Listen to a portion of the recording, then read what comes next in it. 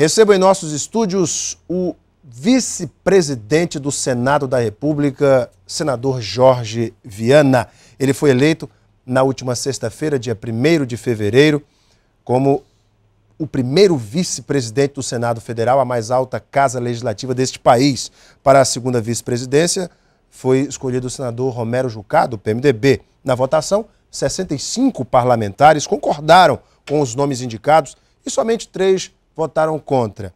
A escolha dos parlamentares seguiu o critério da proporcionalidade, um critério que as casas legislativas já seguem, inclusive, não só em Brasília, mas também nas câmaras e também nas assembleias legislativas. Como o PT é o segundo maior partido da casa, fica com a primeira vice-presidência. O PMDB cabe à presidência e a segunda vice-presidência. O presidente é Renan Calheiros, o polêmico Renan Calheiros, inclusive os internautas estão comentando isso aqui.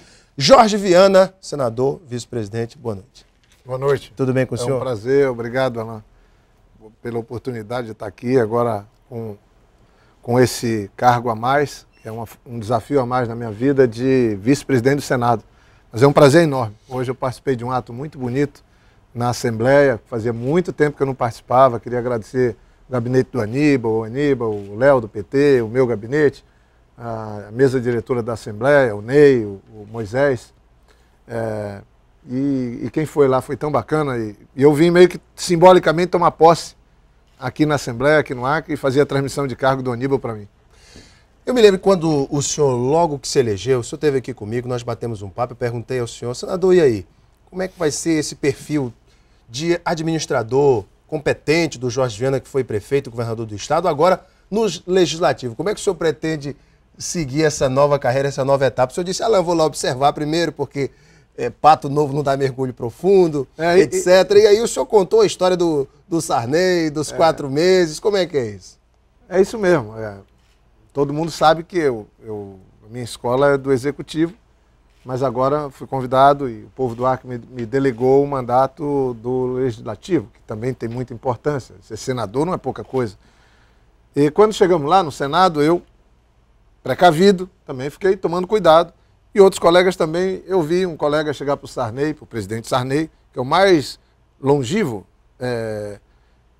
ocupante de mandato parlamentar, eu acho que já passou dos 60 anos ocupando mandato. Ele fez até esse discurso essa semana. E a pessoa chegou para o Sarney e falou, presidente Sarney, como é que é aí? Eu cheguei agora, como é que eu faço? Tem que aprender umas coisas. Como é que é? Ele falou, meu filho, senta ali, numa cadeira daquela. Fiquei uns 4 meses só prestando atenção. Aí todo mundo, eu fiquei ouvindo aquilo aqui. E tem uns que estão lá, acho que uns 2 anos prestando atenção ainda. Mas eu falei comigo, digo, eu também tenho que... Comecei muito com o Tião e tal. E fiquei, nos 2 primeiros anos, eu falei, eu não vou ocupar nada de cargo, vou tentar aprender, ver esse negócio. E agora, só com 2 anos de Senado, graças a Deus, estou alcançando ser vice-presidente, é um cargo da maior importância. Espero que esse mandato possa servir o Acre, a Amazônia, o Brasil, o governo da presidenta Dilma, ajudar o Tião no governo, ajudar o Marcos Alexandre, os demais prefeitos, ajudar o nosso estado, né? O Aníbal cumpriu agora um período na vice-presidência também, o Tião tinha sido vice-presidente. E eu digo para você assim, com todo carinho, falei hoje na Assembleia, respeito a ex-senadores como Nabor Júnior, Jorge Calume e tantos outros, mas depois da Marina e do Tião no Senado, o Acre ganhou musculatura, sabe? E está lá o Petecão procurando fazer o trabalho dele. E o Aníbal mesmo, o Aníbal também que é uma pessoa muito séria, muito competente, ajudou muito a gente. O Aníbal hoje é um senador muito respeitado. Porque ele não é aquele político convencional de ficar dando tapinha nas costas, é um cara de tratar as coisas com seriedade. Então eu tenho muito orgulho de ter o Aníbal do lado. E agora, durante os próximos 2 anos, meu amigo, é ficar ali dirigindo os trabalhos, o pessoal vai ver na TV Senado, na Rádio Senado, acompanhando, e administrando as confusões. No fundo, agora eu vou me sentir mais útil no Senado. Cabe ao PT indicar o primeiro vice-presidente. Esta é uma escolha do partido, de um nome que congregue vários atributos. O senhor tinha ali como, digamos, concorrentes, nomes como Humberto Costa, Lindbergh Farias, do Rio de Janeiro, entre outros, Eduardo Suplicy. O senador Pimentel, que já foi ministro. A própria Marta, que agora é ministra, que não participava, mas enfim, o senhor teve ali pessoas do mais alto quilate na política, nomes, inclusive, com muito mais tempo de Senado que o seu. E de parlamento. O que levou o PT a escolher o seu nome? Não, nós estamos na bancada, primeiro é uma bancada muito qualificada no Senado. eu defendo, eu falei, ó, eu não ocupo cargo nenhum, vamos fazer uma maneira de melhor aproveitar o perfil de cada um que está aqui. Tem ex-ministros, ex-governadores, ex-prefeitos. Teve uma certa briga na época para a escolha de quem seria o primeiro vice. A Marta queria muito e tal, fez um movimento danado para poder ser escolhida. Dessa vez não houve isso, né? Eu fui escolhido, eu tinha ficado 2 anos sem pedir para ocupar nenhuma função e graças a Deus o aval dos colegas veio. E o melhor é que eu construí uma relação boa no Senado, com o Código Florestal mesmo. Eu diria que a minha relação é suprapartidária.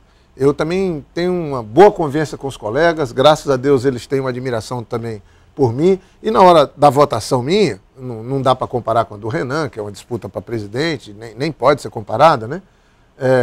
Na minha votação já tinham 10 senadores a menos do que na hora que o Renan foi votado. Então tinham 68 senadores e senadoras no plenário, 68. 65 me deram o voto. Então, para mim, isso, de alguma maneira, mostra que, graças a Deus, em apenas 2 anos, construiu uma relação para ser merecedor disso. Mas eu também não quero ser um vice-presidente acomodado. Tenho falado isso com o Renan Calheiro, com os colegas, de ficar lá abrindo e fechando sessão e tal. Por curiosidade, quem que foi que votou contra o Jorge Viana, esses 3 aí? Ali tem um mistério. Em qualquer votação tem 10, 15 votos contra qualquer coisa. É inexplicável. Agora lá tem 3 colegas, às vezes tomam uma decisão por partido, coisa que valha, né? Mas o mais importante é que foi uma votação fantástica, né? Tive muito mais de 90% dos votos dos colegas senadores. Agora, como eu estava falando, eu pretendo ajudar um pouco na administração da casa, ajudar na agenda do Senado, porque o Senado perdeu prestígio, é a instituição mais antiga do país, a política está muito desacreditada. E digo, a mãe das reformas não foi feita. Se a reforma política não for feita, o prestígio da classe política vai seguir piorando, gente. Essa, inclusive... E a reforma política só depende de deputados e senadores para ser feita. Não depende de judiciário nem executivo. Como vice-presidente, o senhor não pode chegar e dizer, e aí, gente, peraí, vamos reunir, vamos fazer. Eu estou fazendo já. A pergunta aqui do Meu João primeiro Marcos discurso... Luiz. De quem? João Marcos Luiz, de senador, e a reforma política. Olha, se não for feita a reforma política, não vai se ter transparência para o processo eleitoral. O executivo, depois de Lula e Dilma, cresceu de prestígio. Os governos estão super bem avaliados. Está aqui o Tião, bem avaliado. O Marcos Alexandre, bem avaliado. A Dilma, super bem avaliada.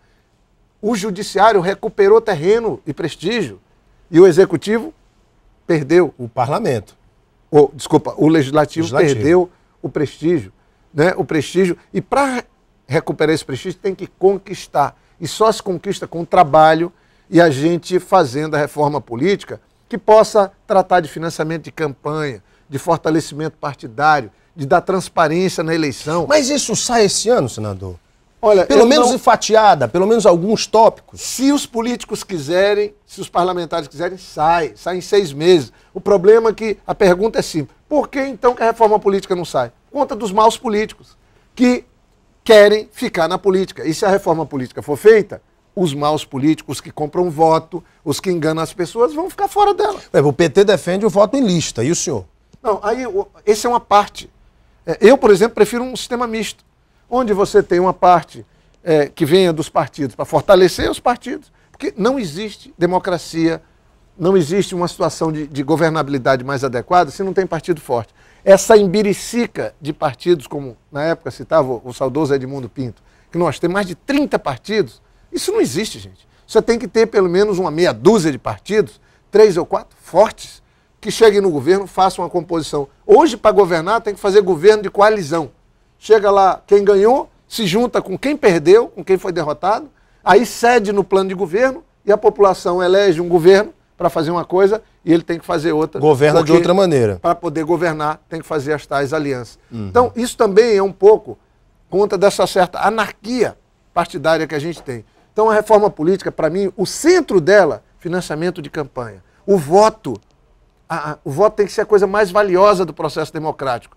E aí entra o poderio econômico, desmancha tudo. Para que o bom político, um jovem que está me assistindo, pô, eu tenho muitas ideias, eu sou um cara íntegro, eu quero me inscrever num partido, eu quero ser candidato. Hoje, a chance dele é pequena.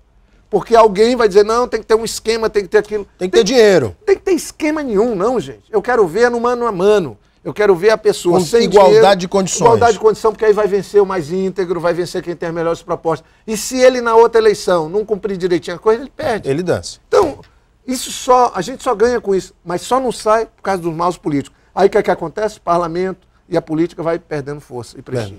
Eu tenho mais perguntas dos internautas. Vou dar uma paradinha para o intervalo, mas vou deixar uma aqui no ar para o senhor. É a pergunta do Neudes Pereira. Ele diz o seguinte: senador, uma de suas propostas na campanha ainda era tentar lutar para as mudanças no Código Penal brasileiro. Eu deixo a minha pergunta: o senhor é a favor ou é contra esse endurecimento das penas já aplicadas? Poxa, as pessoas matam por motivos banais e não chegam a passar 2 anos na cadeia e já voltam às ruas para cometer os crimes ainda maiores. Senador, a pergunta do Neudes Pereira, o senhor me responde logo após o intervalo. Eu volto com outras perguntas também dos internautas. Até já.